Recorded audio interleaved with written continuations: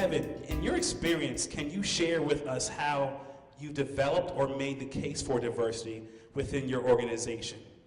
What do you think are the most effective ways to make this case? Or what strategies do you see as key for developing innovative, diverse practices or teams and organizations? What successes have you or your organization had thus far? Thanks, Alan.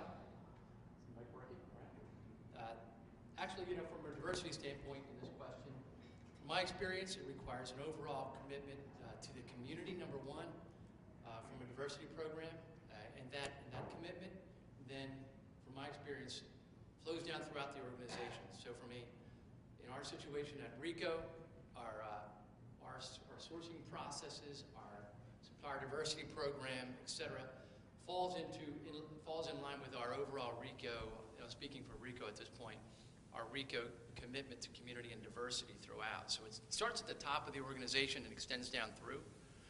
And from that, you're able to, it really leads to the success of a program. If we try to do that in a vacuum, I'll say, from I'll say, strategic sourcing standpoint, and try to build a diversity program from just metrics and to meet a commitment from a government program or some sort, the program's going to fall short. So overall success has been based on a total commitment from the organization, and from that, and that goes all the way through. I don't know if anyone else has anything they want to add to that, but it's an overall program view that leads to the success. Tony, would you like to elaborate? Sure.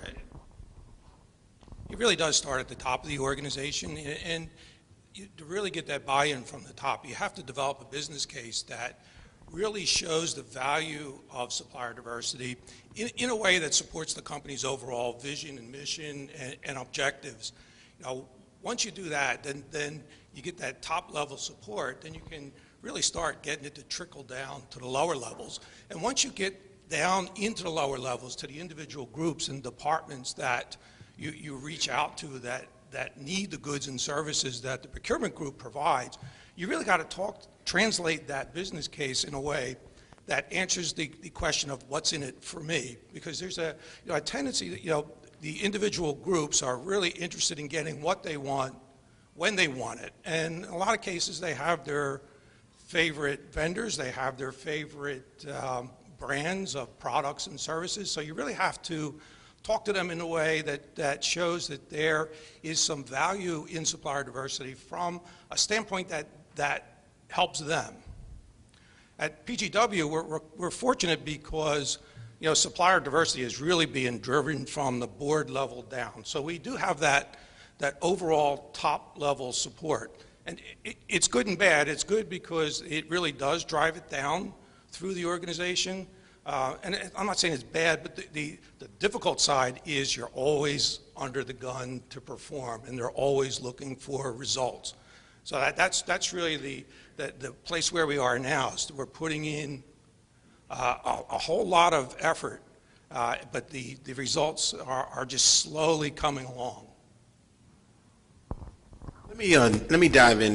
I'm Chet Riddick, and let me dial in for a minute on the same conversation, and we talk about what drives supplier diversity and the importance of it. When you really take a look at it, it is how do you affect change in not only in an organization but in a group of suppliers who are trying to recruit, hire, and train folks in their community.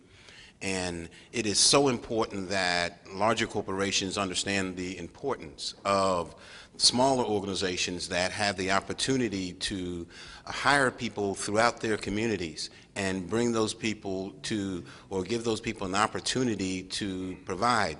A lot of folks, and as an example from my own business itself, that there are people that I have on my payroll that normally could not get a job downtown Philadelphia.